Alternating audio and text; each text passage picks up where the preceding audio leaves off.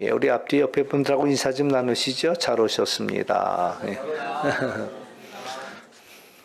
성경 말씀 우리 찾으시겠습니다. 시편 106편 말씀입니다.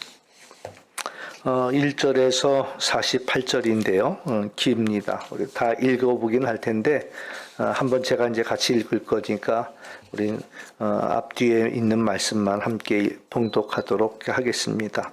1절부터 우리 6절 말씀까지 우리 함께 같이 봉독하도록 하겠습니다. 1절에서 6절까지 함께 봉독하십니다. 할렐루야. 여호와께 감사하라. 그는 선하시며 그 인자하심이 영원하미로다. 누가 능히 여호와의 권능을 다 말하며 주께서 받으실 찬양을 다 선포하랴. 정의를 지키는 자들과 항상 공의를 행하는 자는 복이 있도다. 여호와여, 주의 백성에게 베푸시는 은혜로 나를 기억하시며 주의 구원으로 나를 돌보사 내가 주의 택하신 자가 형통함을 보고 주의 나라의 기쁨을 나누어 가지게 하사 주의 유산을 자랑하게 하소서. 우리가 우리의 조상들처럼 범죄하여 사악을 행하며 악을 지었나이다. 아멘. 또 우리 43절부터 마지막 절까지 보도록 하겠습니다. 43절.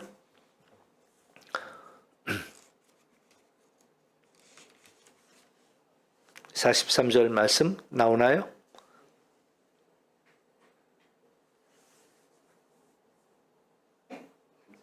아니면 그냥 놔두세요. 우리 나왔습니까? 예, 43절부터 마지막 절까지 우리 또 함께 천천히 봉독하겠습니다. 여호와께서 여러 번 그들을 건지시나 그들은 교묘하게 거역하며 자기의 죄악으로 말미암아 낮아짐을 당하였도다. 그러나 여호와께서 그들의 부르짖음을 들으실 때에 그들의 고통을 돌보시며 그들을 위하여 그의 언약을 기억하시고 그 크신 인자하심을 따라 뜻을 돌이키사 그들을 사로잡은 모든 자에게서 긍휼히 여김을 받게 하셨도다. 여호와 우리 하나님이여 우리를 구원하사 여러 나라로부터 모으시고 우리가 주의 거룩하신 이름을 감사하며 주의 영예를 찬양하게 하소서. 여호와 이스라엘 하나님은 영원부터 영원까지 찬양할지어다. 모든 백성들아 아멘 할지어다. 할렐루야. 아멘. 예, 오늘 이 시는 이제 특징이 있습니다. 이제 1절에서 할렐루야 여호와께 감사하라 그렇게 시작하고요. 또 끝날 때도 할렐루야로 끝나고 있습니다. 그래서 때로는 이 시를 할렐루야 시편이라 이렇게 이름하기도 합니다. 또 하나 이제 우리가 기억해야 할 것은 이것은 이제 포로로 끌려가 있을 때 지어진 시라고 이제 생각합니다. 그러니까 이스라엘 나라가 망하고 유다가 망하고 그리고 이제 바벨론의 포로로 다 끌려갔을 때에 그 포로지에서 기록한 그런 시라 이렇게 이야기할 수가 있습니다. 그런데 이제 1절 말씀을 보면 그 상황 속에서 할렐루야 여호와께 감사하라. 그는 선하시며 인자하심이 영원합니다. 그렇게 고백하고 있다라는 이제 그런 이야기죠. 그러나 이제 전체적인 내용들을 우리가 이제 한번 살펴보면 이 시가 뭐 그렇게 신나서 할렐루야 감사하고 또 찬송하는 이제 그런 내용들만은 아니다라는 것들을 우리는 발견할 수가 있습니다.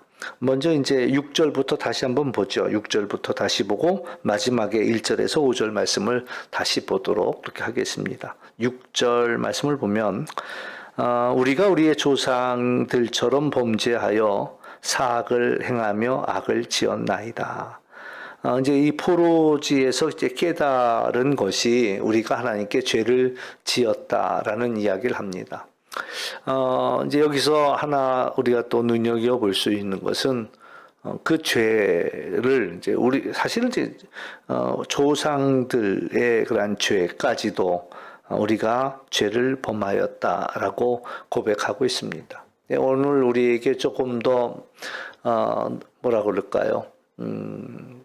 우리가 가져야 할 마음들이 있다면 우리가 마땅히 하나님 앞에 이제 회개해야 되는 것도 당연하거니와 나의 죄가 아닌 다른 사람의 죄까지도 우리가 우리의 죄로 고백할 수 있는 그러한 믿음과 신앙이 이제 필요하다. 어제 새벽인가는 그런 얘기를 나눴습니다. 우리가 하나님께 이제 바울 사도가 데살로니가에 보낸 편지 이야기를 하면서 우리가 감사할 건 내게 있는 것만 감사하지 말고 또 남들에게 있는 우리 믿음의 식구들에게 있는 일들도 같이 기뻐했으면 좋겠다. 이제 그런 얘기를 나누었거든요. 그러니까 내게 있는 감사한 일들도 많지만 또 남들에게도 그 일 참 잘 됐네. 그러면서 우리가 같이 기뻐할 필요가 있다라는 거죠. 우리 예를 들어 속해. 이제 그 집에 일이 잘 안 돼갖고 너무 어려웠는데 이번에 그 문제가 해결됐대. 그러면 이제 같이 기뻐해야 되지. 왜 그 집 일이 해결됐대? 배 아파.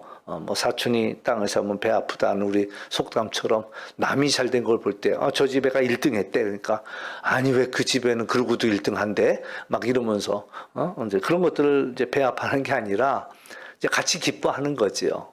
나는 아직 어렵지만, 그 일이 잘 됐다니 너무 기쁘네, 너무 감사하네.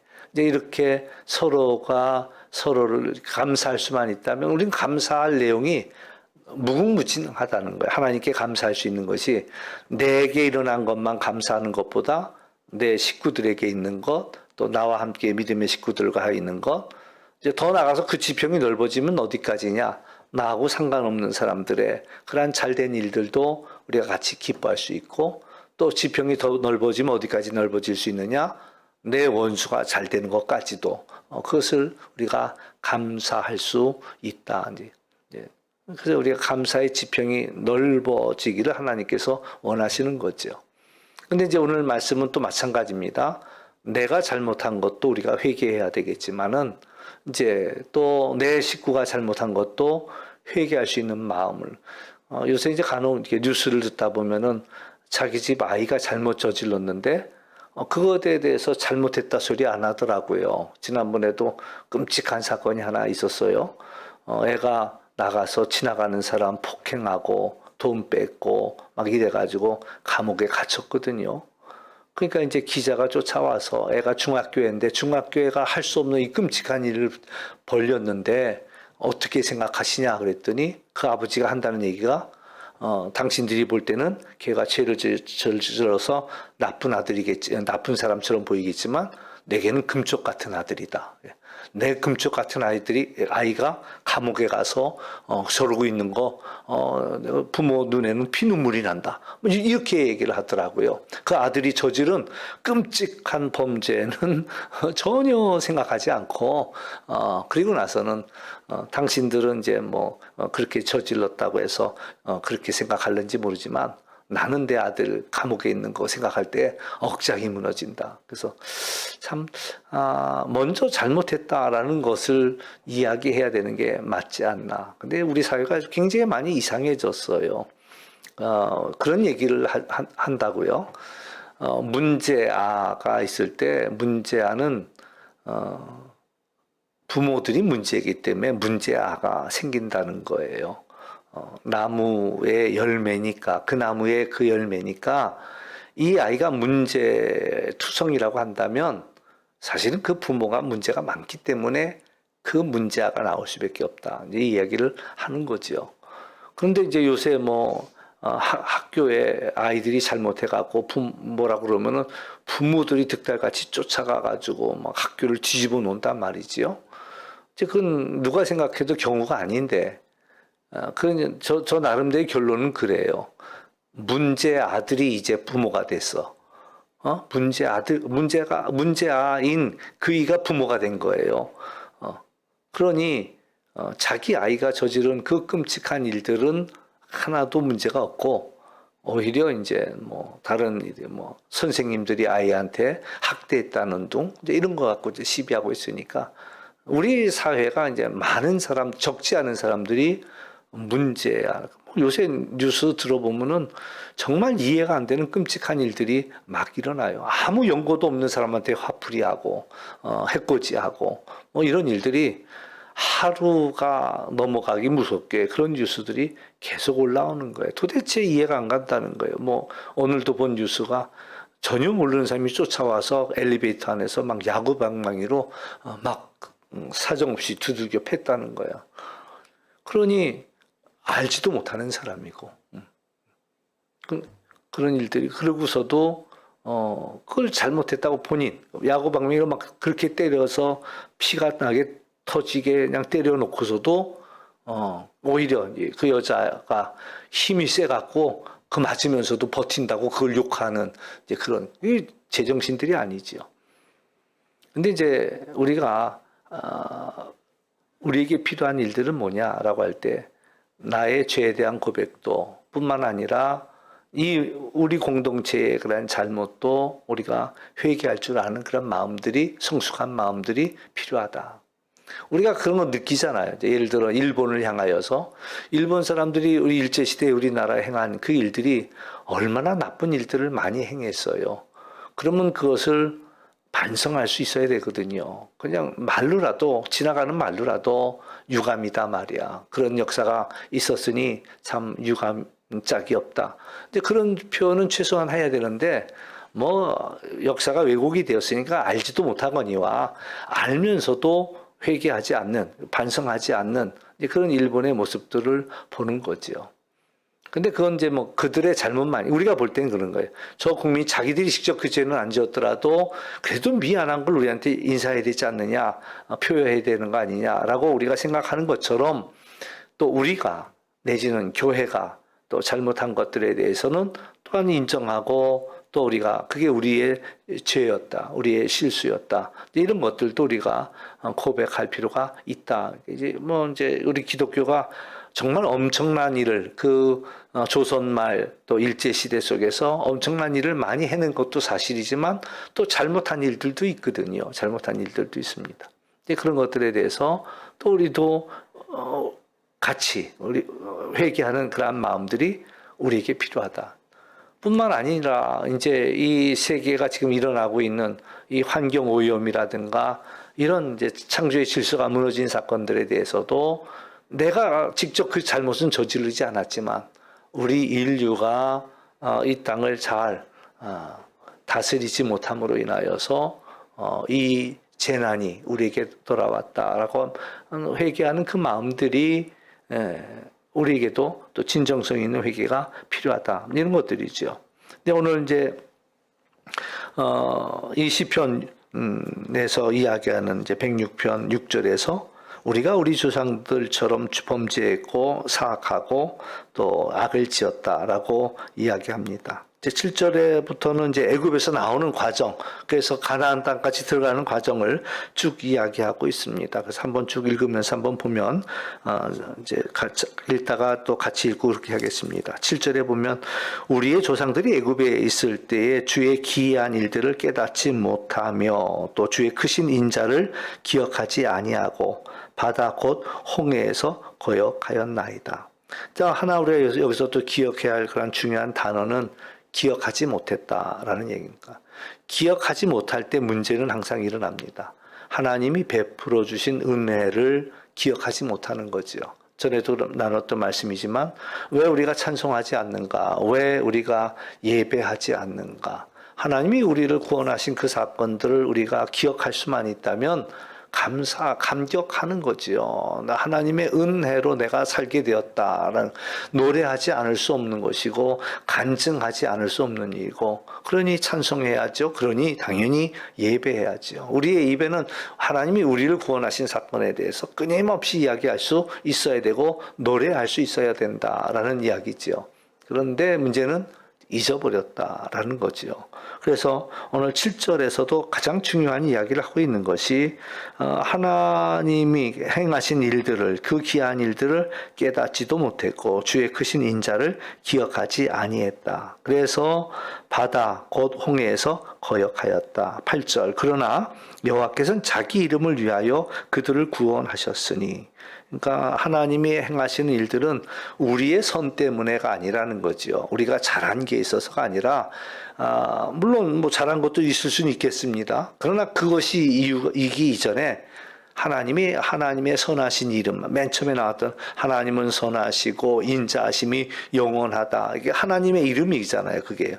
그러니까 그 하나님의 이름 때문에 우리에게 구원을 베푸셨다라는 얘기입니다. 그러니까 뭐 우리가 이 중에 우리끼리만이라도 저희는 정말 하나님께 잘한 이야, 하나님이 사랑하실 만해.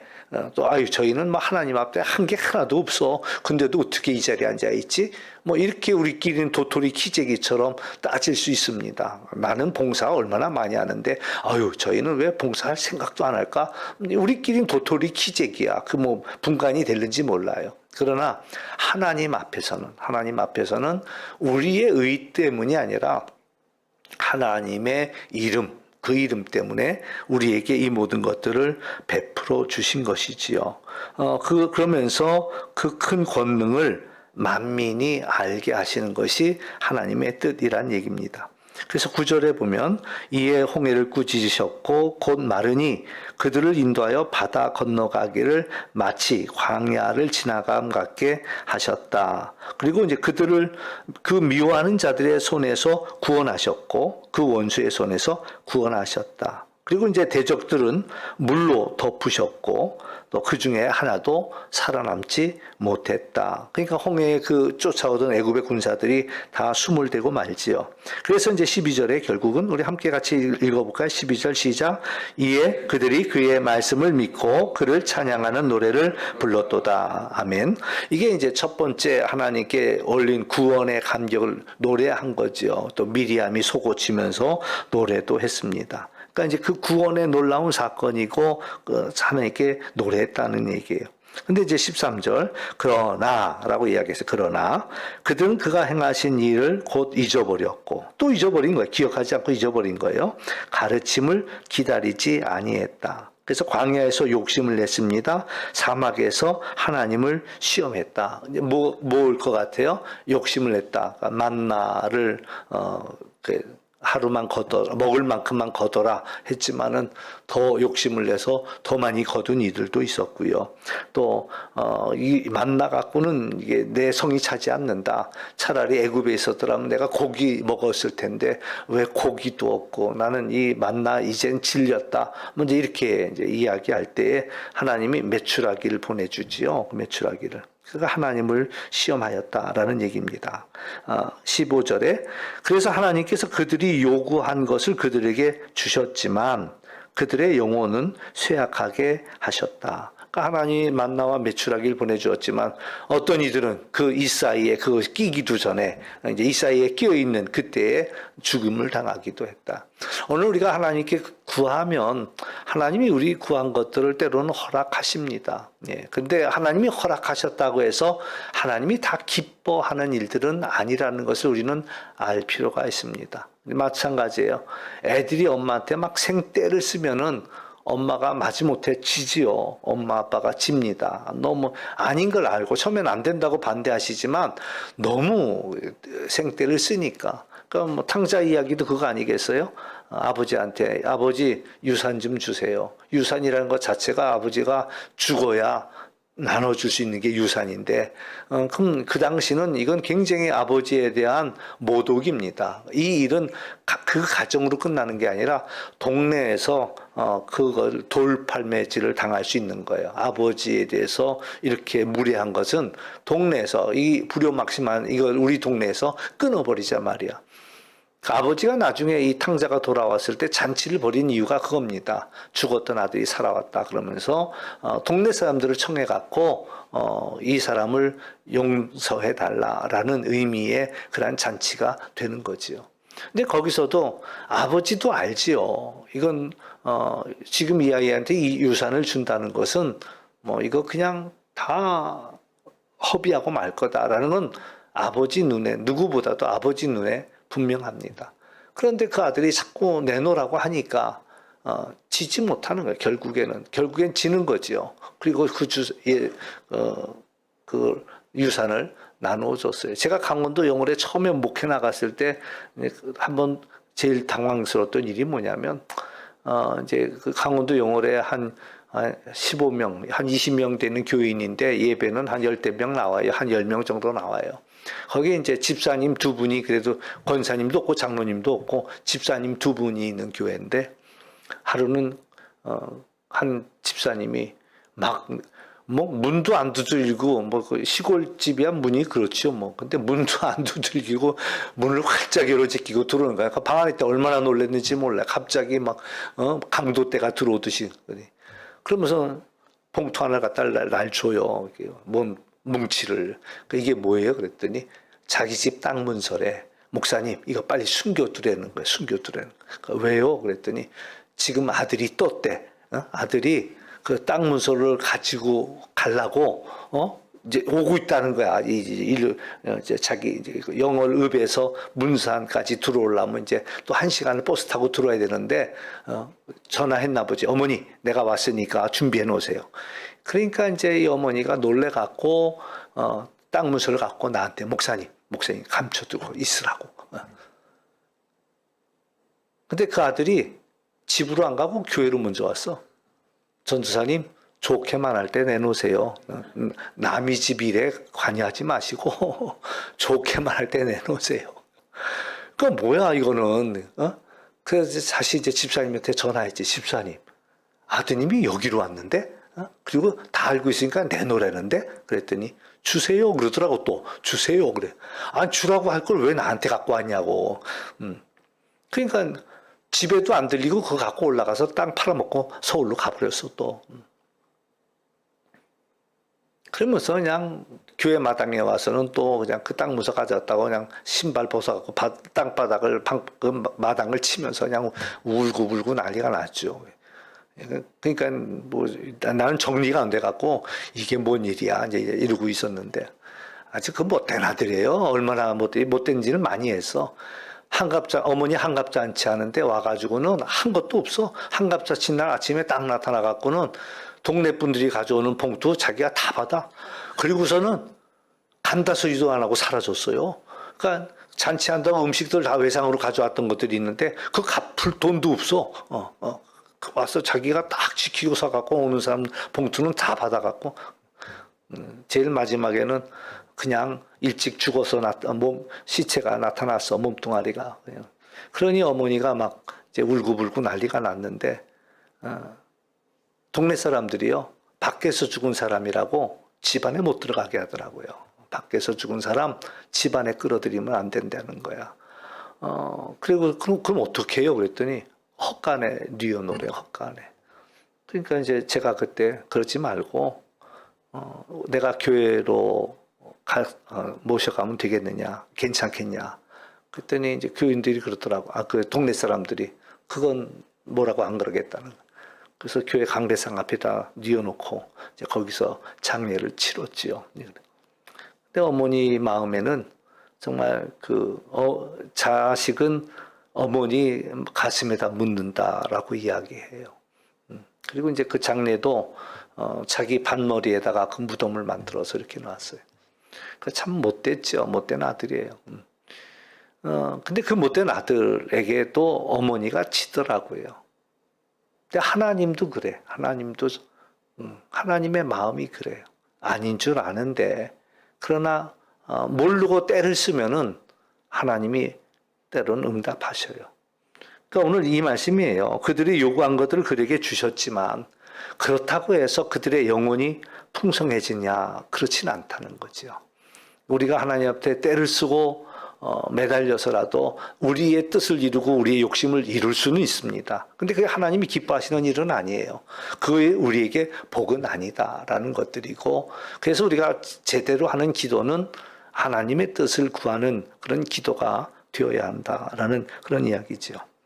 16절입니다. 그들이 진영에서 모세와 여호와의 거룩한 자 아론을 질투했다. 이제 기껏 구원해 줬더니 이제 모세만 하나님이냐 또 아론만 하나님의 사람이냐 이제 이렇게 그때 땅이 갈라져서 다단을 삼켰고 아비람의 당을 다 덮어버렸다. 불이 그들의 당에 붙으며 화염이 악인을 살랐다. 또 이제 19절에서는 송아지를 만든 사건이 있습니다. 모세가 하나님의 산에 십계명 받으러 올라갔을 때에 금송아지를 만들고 그 부어 만든 우상에게 절했지요. 그리고 자기의 영광을 풀 먹는 소의 형상으로 바꾸었다. 그러니까 하나님의 영광을 그 소의 형상으로 바꾸었다. 21절 애굽에서 큰 일을 행하신 그의 구원자 하나님을 그들이 잊었다. 계속 되풀이되는 이야기는 잊었다는 얘기죠. 기억하지 못했다라는 이야기입니다.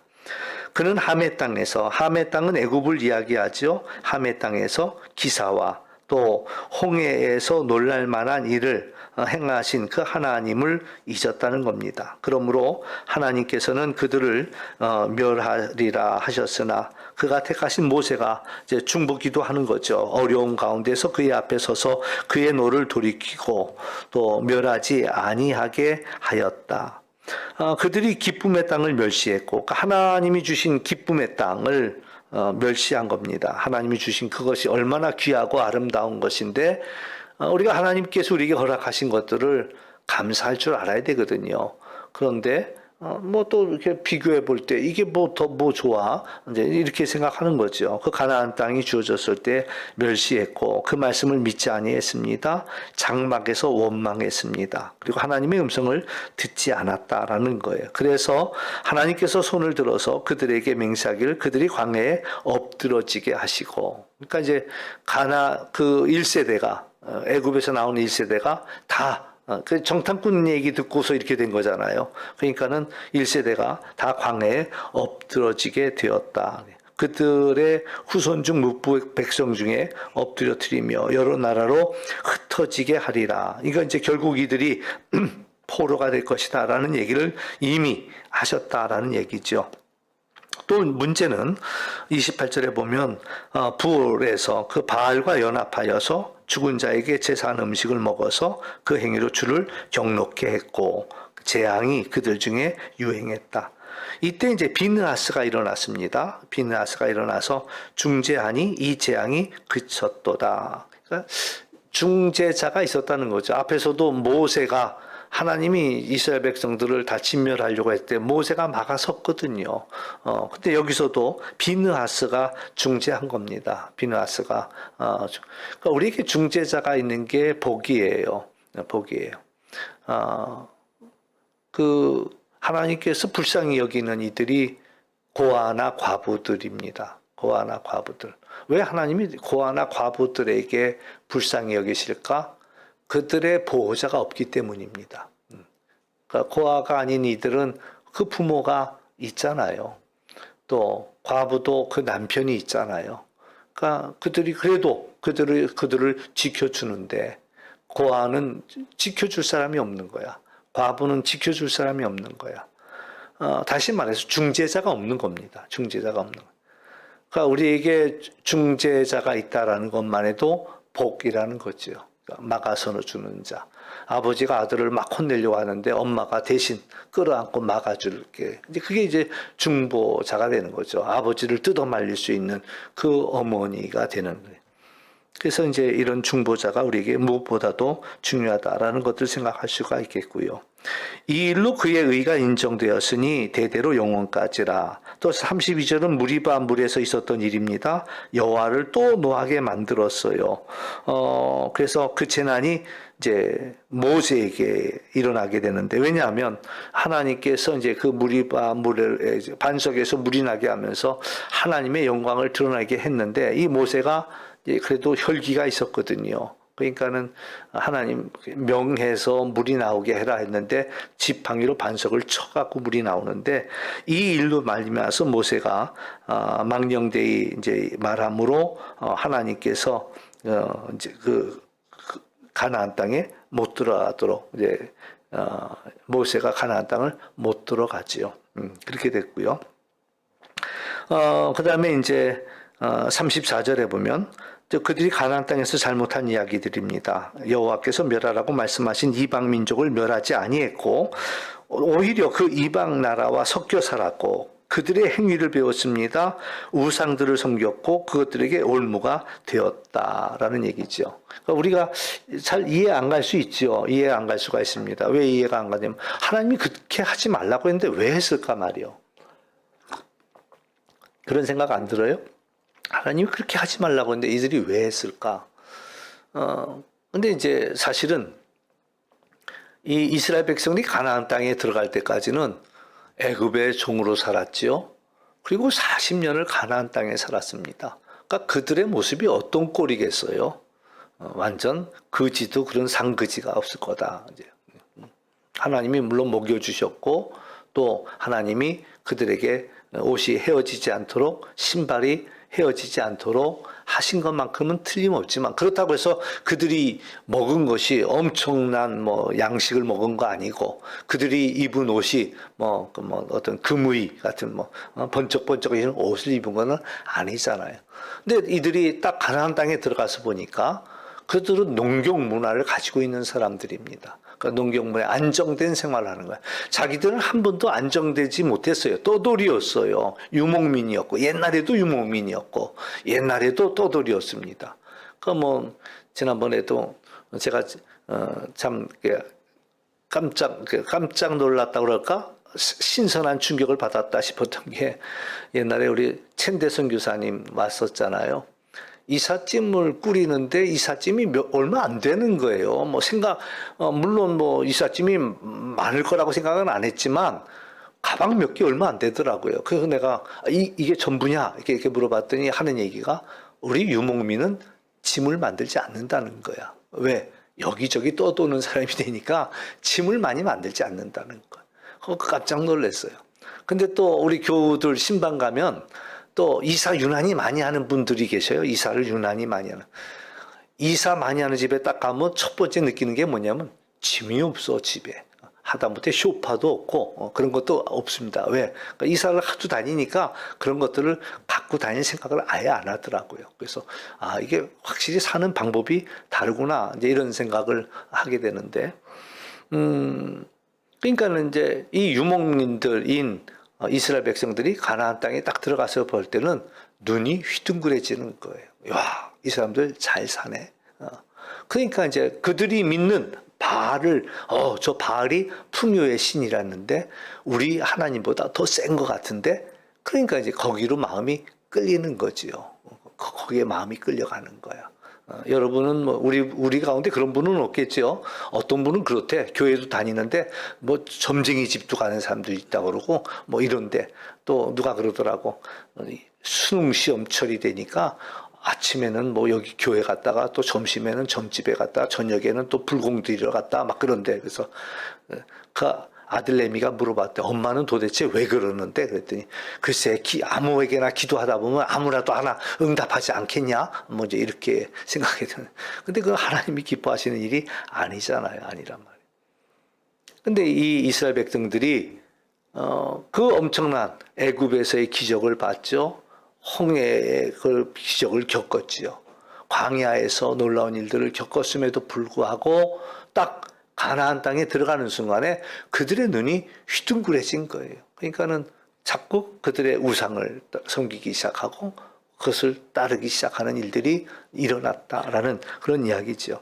37절에는 그들의 자녀를 악귀에게 희생제물로 바쳤고 그래서 무죄한 피 그들의 자녀의 피를 흘려 가나안의 우상들에게 제사했고 그 땅이 피로 더러워졌다. 그들의 행위로 더러워지니 그들의 행동이 다 음탕하였다라는 겁니다. 그래서 결론 40절 그러므로 여호와께서 자기 백성에게 맹렬히 노하셨고 자기의 유업을 미워하사 그들을 이방 나라의 손에 넘기심에 이제 포로로 끌려가는 거죠. 그러나 이제 하나님이 은혜를 베풀으신 것이 이제 그들이 미워하는 자들이 다스렸지만 42절에 보면 원수들의 압박을 받고 그들의 수에 복종하게 되었는데 43절 여호와께서 여러 번 그들을 건져 주셨다. 그런데 그들은 또 여전히 교묘하게 거역했고 자기 죄악으로 말미암아 낮아짐을 당했다. 그러나 이제 여호와께서 그들의 부르짖음을 들으실 때 그들의 고통을 돌보시고 또 그들을 위한 그의 언약을 기억하시고, 참 이 부분이 은혜입니다. 하나님은 언약의 하나님, 약속의 하나님이고 그 약속을 기억하시는 하나님이시다라는 얘기입니다. 우리가 그 약속의 하나님을 우리가 붙잡아야지요. 그리고 하나님께 기도할 때도 하나님 그 약속을 붙잡습니다. 약속에 의지해서 내가 기도합니다라고 하는 것이 중요하지요. 그래서 성경에 나와 있는 수많은 약속들을 하나님이 내게 주신 약속으로 알아야지요. 우리가 신약 성경, 구약 성경이라는 게 약속이란 뜻입니다. 신약은 새로 한 약속입니다. 예수님으로 말미암은 새로 한 약속이 신약이고, 구약은 옛날에 하셨던 약속들이고, 그러니까 우리가 성경 말씀을 많이 읽다 보면 하나님의 여러 가지 약속들이 있거든요. 놀라지 마라, 두려워하지 마라, 내가 너와 함께합니다. 하나님 약속하셨잖아요. 지금 나를 지켜주세요 라고 우리는 그 약속을 근거로 우리는 하나님 앞에 구해야 된다라는 거죠. 그러니까 이제 하나님이 그 언약을 기억하시고 크신 인자하심을 따라 뜻을 돌이키시고, 하나님은 그 약속 앞에서 뜻을 돌이키십니다. 그러니까 우리가 하나님 앞에 매달려야 돼요. 죄는 졌지만, 또 죄를 지면 하나님이 심판하시리라, 정죄하리라 말씀하셨지만, 그러나 우리가 하나님 앞에 회개하고 매달리면 하나님은 그 뜻을 돌이키신다라는 겁니다. 당연히 죽어야 되는 게 마땅한 건데도 불구하고 하나님이, 그러니까 이제 요나가 핏대 올린 게 그거잖아요. 니느웨를 하나님 심판하신다고 그랬는데, 내가 니느웨에 가서 회개하라고 하면 저 사람들은 야가 빠져서 회개할 거고, 그러면 하나님 또 심판하지 않을 거 아닙니까? 그러니까 자기는 싫다는 거야. 그래서 다시스로 가는 배를 타고 도망을 가려고 했죠. 니느웨로 안 가고 다시스로 도망가려고 했죠. 그러니까 어차피 이제 나중에 이제 물고기 뱃속에서 다시 나와서 니느웨로 가서 그때 건성으로 외쳤습니다. 그러니까 왜? 요나의 속마음은 그 사람들 구원받는 거 원치 않는 거예요. 그러니까는 뭐 듣거나 말거나 못 알아듣게 그냥 웅얼웅얼하고 돌아다녔겠지요. 근데도 놀라운 건 니느웨 사람들이 그 얘기를 알아차린 거야. 저 사람 지금 뭐라고 떠드는 거야? 그러니까 글쎄 뭐 회개하라는 것 같은데 뭐 이러면서 이제 소문이 쫙 나가지고는 왕에게까지 그 귀가 들렸고 알아들을 재주가 그들에게 있었던 거지요. 그래서 동물까지 다 회개를 시키도록 임금이 명했잖아요. 그러니까 막 요나가 약올라 죽으려고 하는 거예요. 약올라. 내가 뭐라고 그랬어요. 이 사람들 회개할 거고 하나님 이 사람들 용서할 거잖아요. 막 그게, 그러니까는 하나님이 그 콩나무 하나를 자라게 하죠. 그러니까 마침 이제 요나가 그 그늘에 앉아갖고 니느웨가 망하길 기다리고 있었는데 그 그늘을 하나님께서 또 그 다음날 싹 걷어버렸잖아요. 그러니까 막 승질내는 거예요. 하나님께 하여튼 요나도 한승질해. 그러니까 이제 하나님한테 막 핏대를 내는 거예요. 그랬더니 하나님이 네가 심지도 않은 것 같고 네가 왜 화를 내냐? 네가 심지도 않은 건데. 그러니까 내가 내 백성을 사랑하고 구원하는 거 그거 당연하지 않냐. 네가 심지도 않은 그 나무 이파리 하나 갖고도 그렇게 핏대 올린다고 한다면 내가 지은 이 백성들을 내가 사랑하는 것이 뭐가 잘못이냐. 이제 그런 이야기가 나오지요. 예, 아무튼 하나님은 뜻을 돌이키시는 분이다라는 사실. 우리가 어떠한 어려운 자리에 놓였다 할지라도, 또 우리가 어떠한 죄 가운데, 물론 그런 죄를 져서는 안 되겠지만서도 우리가 어떤 죄 가운데 놓였다 할지라도 회개하면 하나님께서는 그 뜻을 돌이키신다. 왜냐하면 하나님의 본심은 우리가 망하는 게 하나님의 뜻이 아니에요. 마지막 한 사람까지 회개하고 돌아오는 것이 하나님의 마음이다라는 사실이에요. 그래서 우리 그것을 기억해야 되겠고요. 그래서 46절에 그가 사로잡은 모든 자에게 긍휼히 여김을 받게 하셨다. 여호와 우리 하나님이여 우리를 구원하사 여러 나라부터 모으시고 우리가 주의 거룩하신 이름을 감사하며 주의 영예를 찬양하게 하소서. 그러니까 우리가 해야 할 일들이 이제 여기서 이제 47절에 이 이야기는 다시 이제 현실로 돌아왔다고 볼 수 있습니다. 그래서 여호와 우리 하나님이여 우리를 구원해서 흩어진 여러 나라에서 우리들을 다시 불러달라라는 이야기를 하고 있고, 주의 거룩하신 이름을 우리가 감사하게 해달라, 하나님의 영예를 노래하게 해달라라고 기도하고 있다라는 겁니다. 그리고 이제 마무리가 이제 여호와 이스라엘 하나님이 영원부터 영원까지 찬양할지어다, 모든 백성들아 아멘 할지어다. 이제 아까 이제 1절에서 5절 말씀을 안 봤는데요. 다시 이제 1절 말씀으로 보면, 할렐루야 여호와께 감사하라. 그는 선하시며 인자심이 영원함이로다. 사실 이건 이스라엘 백성들에게 지금 맞지 않아요. 이 시의 배경은. 왜? 포로로 끌려가 있는 상황입니다. 언제 해방될지도 모르는 상황이에요. 근데 그때 노래하기를, 여호와께 감사하라. 왜? 그가 선하시기 때문에, 그가 인자하시기 때문에. 우리가 언제 하나님을 노래할 수 있을까요? 우리가 하나님을 노래할 수 있을 때는 우리에게 뭔가 좋은 일이 있었을 때, 감사한 일이 있을 때 우리는 노래하겠지요. 근데 악인은 득세하고 우리는 그러지 못할 때에 우리가 하나님을 노래할 수 있을까라는 그런 이야기입니다. 또 우리가 아까 준비 찬양할 때도 유장로님께서 이제 부르셨는데, 주님이 내 상한 마음 아시는데, 그럴 때 우리가 하나님을 높일 수 있을까? 감사할 수 있을까? 찬양할 수 있을까? 2절 이제 말씀을 보면, 누가 능히 여호와의 권능을 다 말하며 주께서 받으실 찬양을 다 선포할 수 있겠느냐? 정의를 지키는 자들과 항상 공의를 행하는 자가 복이 있다. 하나님의 속성은요, 우리가 이제 흔히 하나님은 사랑이라 이야기합니다. 근데 사랑보다 더 앞에 나오는 속성이 있어요, 사실은요. 우리가 그걸 간과할 수 있는데, 하나님은 정의의 하나님이십니다. 공의의 하나님이시다라는 얘기입니다. 그러니까 정의의 하나님이시고 공의의 하나님이시기 때문에 죄를 그냥 넘어갈 수 없는 하나님이에요. 그러니까 회개해야 되는 거죠. 그러나 우리가 죄 가운데 있고 우리가 회개할 힘이 없을 때에 예수 그리스도를 통해서 우리를 구원하셨기 때문에 하나님의 사랑을 우리가 노래하는 겁니다. 그러니까 하나님의 사랑인데 뼈가 없으신 하나님의 사랑이 아니라 정의라는 뼈를 갖고 있는 하나님의 사랑의 하나님이다라는 사실들을 우리는 기억할 필요가 있습니다.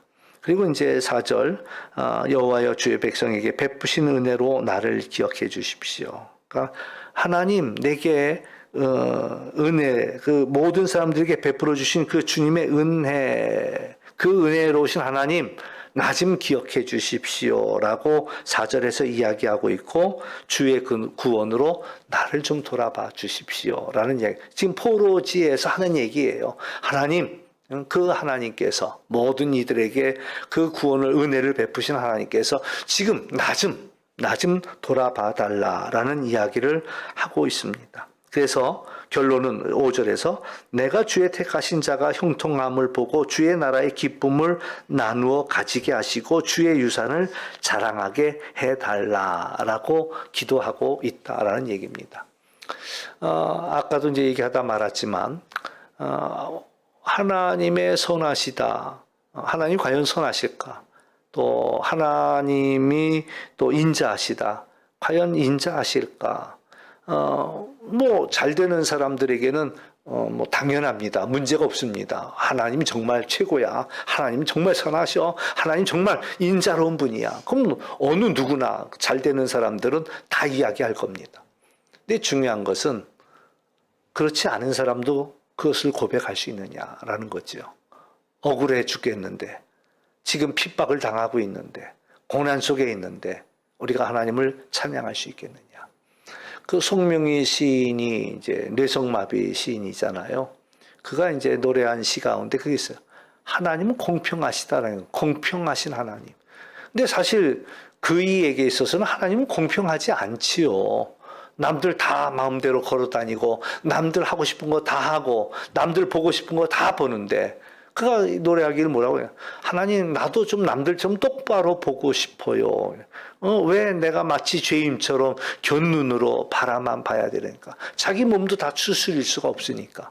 근데 그 친구가 노래하면서 뭐라고 노래했냐면은 하나님은 공평하시다라고 노래하는 거예요. 그이가 하나님을 공평하다고 노래할 수 있다면 하나님은 공평하신 분이 되는 거예요. 마찬가지예요. 오늘 우리가 어려운 가운데, 오늘 이 본문 속에 나오는 이스라엘 백성들처럼 너무나도 포로 생활 속에서 아무 희망도 보이지 않는데도 불구하고 이 고백이 하나님은 인자하시고 또 하나님은 선하시다라고 고백할 수 있다면 그것이야말로 진짜 하나님은 공평하신 하나님이고 선하신 하나님이고 인자하신 하나님이다. 그러나 이 포로지에서 그 고난 속에서 그는 고백하는 거예요. 나는 하나님의 선하심을 믿습니다. 하나님의 인자하심을 믿습니다. 라고 고백하면서 그러니까 찬송이 터져 나오는 거죠. 할렐루야 여호와께 감사하라 라는 그런 고백이 나오고 있다. 오늘 우리들도 무엇이 주어져서만 감사하는 것이 아니라 이 모든 일은 하나님의 장중에 있다라는 얘기입니다. 그리고 이제 이번 산상성에서도 사실 저에게는 조금 이제 뭐 걸리적거리는 부분도 없지 않아 있었지만 그러나 이제 은혜를 받은 것이 그 기도한 된 줄로 믿고 기도할 때 누가 그렇게 얘기하더라고요. 모든 기도는 응답받을 수 있다. 왜 못 받느냐? 응답을 못 받느냐? 우리가 포기하기 때문에 그렇고 끝까지 포기하지 않고 기도하면 결국에는 응답을 받는다. 이제 그 얘기를 한다. 그렇죠? 하나님은 결국엔 그 일들을 이루어내시는 하나님이시기에 우리가 포기하지만 않으면 세월은 하세월 걸릴 수 있습니다. 뭐 기도의 그 대가 조지 뮬러도 5만 번을 기도해서 응답받았는데 5만 번째 응답받은 기도는 이제 자기 친구를 전도하는 그런 기도였죠. 5만 번째가 돼서 그것도 조지 뮬러가 죽고 난 다음이었어요. 죽고 나서 3년인가 지난 다음에 그가 평생 기도했던 그 친구가 그 후에 이제 하나님을 영접하게 되는, 예수님을 영접하게 되는 그런 일들이 일어났지요. 그러니까 결국에는 5만 번 이상을 응답받았다. 그러니까 오늘 우리가 하는 그 기도는 또 뭐 우리가 죽은 다음에도 응답이 될 수 있습니다. 어떤 이들은 그래요. 우리 아들이 좀 신앙생활 잘했으면 좋겠는데 너무 안 해요. 막 속상해요. 과연 나중에 믿을까요? 그건 뭐 모르죠. 언제 그이가 믿게 될는지는 아무도 모릅니다. 뭐 전혀 안 믿을 것 같은 분들도 어느 날 갑자기 또 믿게 되더라고요. 세례를 받고요. 이렇더라고요. 그러니까 그래서 저분은 전혀 이제 세례 안 받을 거다 싶었던 그분들이 세례를 받는 것을 벌써 저도 여러 번 이렇게 가서 제가 세례를 이제 집례했으니까, 이분도 세례를 결국엔 받는구나. 그렇게 교회 다니는 걸 핍박하고 그렇게 반대하던 이분도 결국엔 받는구나. 이제 그런 것들을 저도 여러 번 경험했거든요. 그러니까 우리가 포기하지 않을 필요가 있고 낙심하지 아니할 필요가 있다라는 그런 얘기입니다. 지난번에도 저기도 그 기도원서 강사도 얘기했지만은 이어령 교수는 평생을 우리나라의 지성의 대표 첫 번째를 꼽으라면 이어령 교수였죠. 그래 이어령 교수가 정말 끝까지 사실은 기독교에 대해서 폄하하고 또 그 기독교를 절하하는 그런 얘기를 너무 많이 해왔거든요. 그이가 예수님을 영접할 거라고는 어느 누구도 생각하지 않았지요. 그러나 그가 이제 아이를 바라보면서 자기 딸을 바라보면서 결국에는 세례 받기로 작정하는 이제 그런 놀라운 변화가 하나님이 하시더라라는 거죠. 성경에는 사도 바울 같은 사람들도 있었고, 그러므로 오늘 이제 우리에게 중요한 것은 이 포로의 그 한복판에서 아무런 희망이 보이지 않음에도 불구하고 시인은 하나님의 선하심을 또 인자하심을 그 인자하심 영원하심을 하나님 앞에 감사하고 노래하고 있다. 원하기는 이 노래가 또 우리의 고백이 될 수 있기를 주의 이름으로 축원합니다. 기도하겠습니다.